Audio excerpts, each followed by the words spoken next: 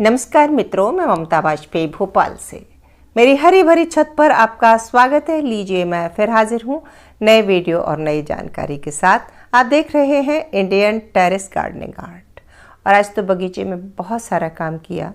दरअसल पिछले दिनों में बाहर भी गई थी और मैं कई दिनों से बीमार भी रही। वायरल कफ, खांसी, जुकाम से जूझती रही, बुखार से। तो बहुत दिनों से छत पर काम नहीं कर पाया, बहुत कुछ पेंडिंग हो गया।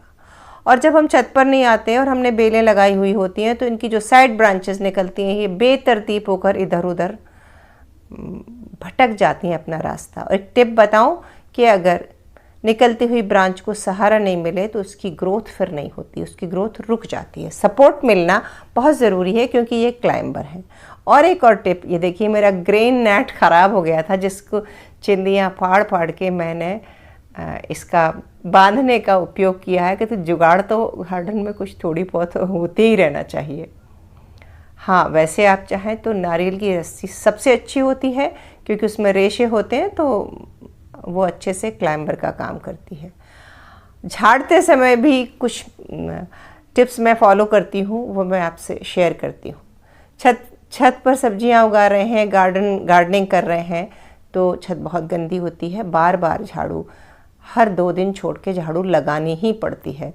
तो मैं अक्सर ये करती हूँ कि हर 2 दिन बाद तो नहीं, पर बीच बीच में गमले हटाकर पोजीशन चेंज कर देती हूँ। इससे 2 फायदे होते हैं। एक तो डीप क्लीनिंग हो जाती है, दूसरा गार्डन का थोड़ा सा लुक भी चेंज हो जाता है। और मुझे वैसे भी गार्डनिंग काम करने में बहुत अच्छा लगता है, मेरी हॉबी है, तो मैं रिचार्ज हो जाती हूँ काम करके। सो मैं तो अक्सर ही झाड़ू लगाती रहती हूँ। ऊपर से तो मैं चाहे जब लगा लेती हूँ, पर जब डीप क्लीनिंग करना हो तब मैं ज़रूर ये चेंज करती हूँ। सो वही काम मैं आज कर रही हूँ। और जब एक बार चेंज कर देते हैं तो पूरा गार्डन बिल्कुल बदल जाता है। और जब आप गमला उठाकर जगह चेंज कर रहे होते हैं तब आपकी तुरंत नज़र जाती है कि किस गमले को गुड़ाई चाहिए, किस में मिट्टी कम है, किस में अनचाहे पौधे या खरपतवार उगाया है। कुछ नुकसान भी हुआ है। बाहर जब जाते हैं तो नुकसान होता है। हालांकि श्रीमान जी घर पर थे और उन्होंने पूरी देख रेख भी की है, पर ये टमाटरों में रोग लग गया। और फिर मैं अपनी ये एक टिप शेयर करती हूँ कि अगर टमाटर में रोग लग गया है तो उखाड़ देना चाहिए, व्यर्थ का मोह नहीं रखना चाहिए। मैं फिर से नए लगाऊंगी। और नींबू फल रहा है और मैं बहुत सारी फ्रूटिंग इसमें से ले चुकी। आखिरी के 3-4 फल बचे हैं। ऐसे ही 2 फल बचे हैं अमरूद ने करीब 6-7 फल दिए थे। बहुत छोटा बच्चा सा पौधा है, लेकिन उसने इतने सारे फल प्रोड्यूस किए कि उसकी देखिए सेहत भी अब बहुत अच्छी नहीं है। जैसे ही फल ख़त्म होंगे मैं इन फ्रूट्स प्लांट पे भी काम करूँगी और आपसे शेयर करूँगी क्या क्या काम करूँगी। और चीकू भी देखिए, ये सब जो फ्रूट प्लांट है ना, खास करके चीकू और भी 1-2 प्लांट जो मैंने बेर वगैरह नए लगाए हैं। मैं एक्सपीरियंस इनके साथ अपना ज़्यादा से शेयर नहीं कर सकती क्योंकि मेरे लिए भी नया है। तो आज कुछ हार्वेस्टिंग भी की है। जगह जगह जो गमले मैंने टमाटर के खाली किए उनमें बहुत सारी भाजी थी चौलाई की, तो वो भाजी मैंने उखाड़ ली, सब्जी बन जाएगी।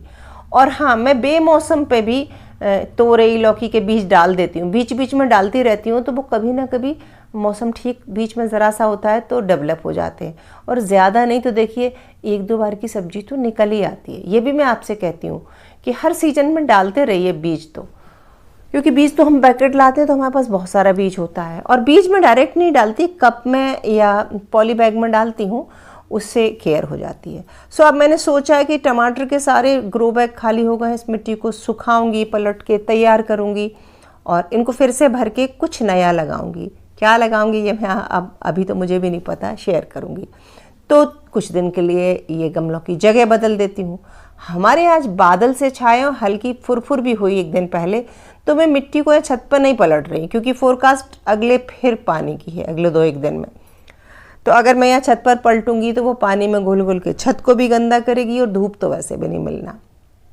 तो मैं उसे जहाँ मेरा शेड है, टीन शेड है, उसके अंदर पलट दूंगी तो हवा लगती रहेगी और मिट्टी रिचार्ज हो जाएगी। ऐसे बरसात के पानी में मिट्टी अगर गीली हो जाए तो बरसात के पानी में नाइट्रोजन होता है, फ़ायदेमंद ही होता है। लेकिन मैं भी छत गंदी करने के मूड में नहीं हूँ। और हाँ, एक ट्रॉली है जिसका मैं बहुत इस्तेमाल करती हूँ और मैं अक्सर आपको दिखा नहीं पाती हूँ, और ये मेरी बेटी ने मुझे मेरे बर्थडे पर गिफ्ट की थी। पता है कि मम्मी को गार्डनिंग का बहुत शौक़ है, तो बच्चे बस ऐसे ही सरप्राइज़ देते रहते हैं। आपको इस ट्रॉली के बारे में कुछ डिटेल में जानना है तो आप कमेंट करके बताइएगा, मैं फिर इस ट्रॉली पर अलग से एक वीडियो बना दूँगी। जब भी भारी गमले दूर तक हटाने हो, छोटे छोटे पास पास रखना है, तब तो मैं उठा के रख देती हूँ। पर देखिए, अब कई बार वज़नदार चीज़ उठाने में कमर में दिक्कत हो जाती है, दर्द हो जाता है, तो ये एक बेटर ऑप्शन है। और इससे हम आराम से धीरे धीरे छत के एक कोने से दूसरे कोने में ये लेकर जाते हैं और बहुत ही बढ़िया आरामदायक काम हो जाता है। तो आज मैंने बहुत सारे ग्रो बैग हटा लिए हैं और अभी मैंने पलटे नहीं हैं। ये देखिए, ये ट्रॉली है और ये बहुत सारे ग्रो बैग रखे हैं। आज के दिन के लिए तो इतना ही काम है, मैं आज इनको पलट नहीं रही हूँ। अभी ये गीली भी है मिट्टी, तब तक सूख जाएगी, फिर मैं पलटूंगी, वो भी मैं शेयर करूँगी। जो भी मैं काम करती हूँ शेयर करती हूँ। अब बची जगह की ईंटें वींटें हटा के मैं साफ़ कर लेती हूँ। कुछ दिन के लिए गार्डन का लुक बदल जाएगा। और अब मेरा अगला काम रहेगा, क्योंकि मुझे अब नर्सरी जाना पड़ेगा, वहाँ से कुछ पौध वगैरह लेकर आऊँगी या फिर कुछ सीड डालूँगी। लेकिन मेरे पास अब कुछ ग्रो बैग खाली हैं और जिन्हें मैं बहुत अच्छे से यूज कर सकती हूँ। तो छत को मैंने पूरा झाड़ दिया है और इस वाले कॉर्नर की मैं डीप क्लीनिंग नहीं कर रही हूँ। डीप क्लीनिंग का मतलब है कि ये सारे ग्रो बैग हटा के, ईंटें हटा के, उनके नीचे जमी हुई मिट्टी, क्योंकि एक दिन के लिए ये इतना सारा काम बहुत हो जाता है। तो जो मोटा मोटा कचरा होता है वो तो मैं सीक वाली झाड़ू से कर लेती हूँ, लेकिन एक बार ये फूल वाली झाड़ू से करने से अच्छी क्लीनिंग होती है। लेकिन मैं प्लास्टिक वाली झाड़ू यूज़ करती हूँ, तो वो छत पे बहुत लंबे टाइम तक चलती है। क्या क्या सब्जियाँ तोड़ ली हैं वो भी देख लीजिए। चौलाई की भाजी तो हो ही गई है खट्टी, एक अमरूद भी हो गया है और 3 तोरई हो गई हैं। थोड़ी सी पालक भी तोड़ लेते हैं और उसके बाद जाइए मत आप, मैं सफाई के बाद एक बार पूरे गार्डन का व्यू आपको दिखाऊंगी, तो वो पूरा व्यू देखकर ही जाइए। और पालक के बन रहे हैं आज पराठे। अब आप कहेंगे कि रेसिपी शेयर कीजिए, तो आज तो नहीं हो पाएगा, क्योंकि अभी ये सब काम करते करते मैं काफ़ी लेट हो गई हूँ और बहुत फटाफट में पराठे बनेंगे। और जिस दिन फिर कभी बनाऊंगी तो मैं ये रेसिपी भी आपसे ज़रूर शेयर करूँगी। बहुत बढ़िया चटपटे पराठे बनते हैं पालक के। तो अब देखिए, पूरी हार्वेस्टिंग हो गई। ये मौसम है सर्दियों का, इस समय भाजियाँ बहुत अच्छी होती हैं। आपने अभी भी अगर नहीं बोई हैं तो पालक, मेथी, चौलाई, जितनी भी पत्तेदार सब्जियां हैं, लाल भाजी आप बो सकते हैं, मूली भी बो सकते हैं, चुकंदर, शलजम, आप सब कुछ अभी बो सकते हैं और सब सब्जियां लग जाएंगी। और अब आ गया टाइम, एक बार पूरा व्यू देख लीजिए। वैसे तो काफ़ी चीज़ें और लग रही हैं, जैसे फूल गोभी भी अब गोभी बनने लगा है, और जो भी अभी सब्जियां तैयार हैं या गार्डन में क्या क्या लगा है, इस पर मैं वीडियो आज नहीं बनाऊंगी, क्योंकि अगर मैं वीडियो ये टॉपिक भी आज शेयर करूंगी, शामिल करूंगी, तो वीडियो बहुत बड़ा हो जाने वाला है। तो गार्डन में कुछ कुछ फूल भी खिल रहे हैं, लेकिन कमी है सीजनल फूलों की। चूँकि मैं बीमार थी तो मैं कुछ कर नहीं पाई, मैं थका हुआ महसूस कर रही थी। सो अब मुझे अगले उसमें कुछ सीजनल भी लाना है। तो गत्ते में मैंने देखिए पालक लगाई है और इस पर मैंने वीडियो भी बनाया है। सो अगला मेरा टारगेट है कि सीजनल लाना और कुछ नई सब्जियां लगाना और खूब सारा ढेर सारा काम करना। और मैं जब काम करती हूँ तो आपसे शेयर करती ही हूँ। कैसा लगा ये नया लुक झड़ा पुछा गार्डन, आप कमेंट करके ज़रूर बताइए। और इन दिनों आप लोग मेरे साथ साथ क्या क्या उगा रहे हैं वो भी बताइए।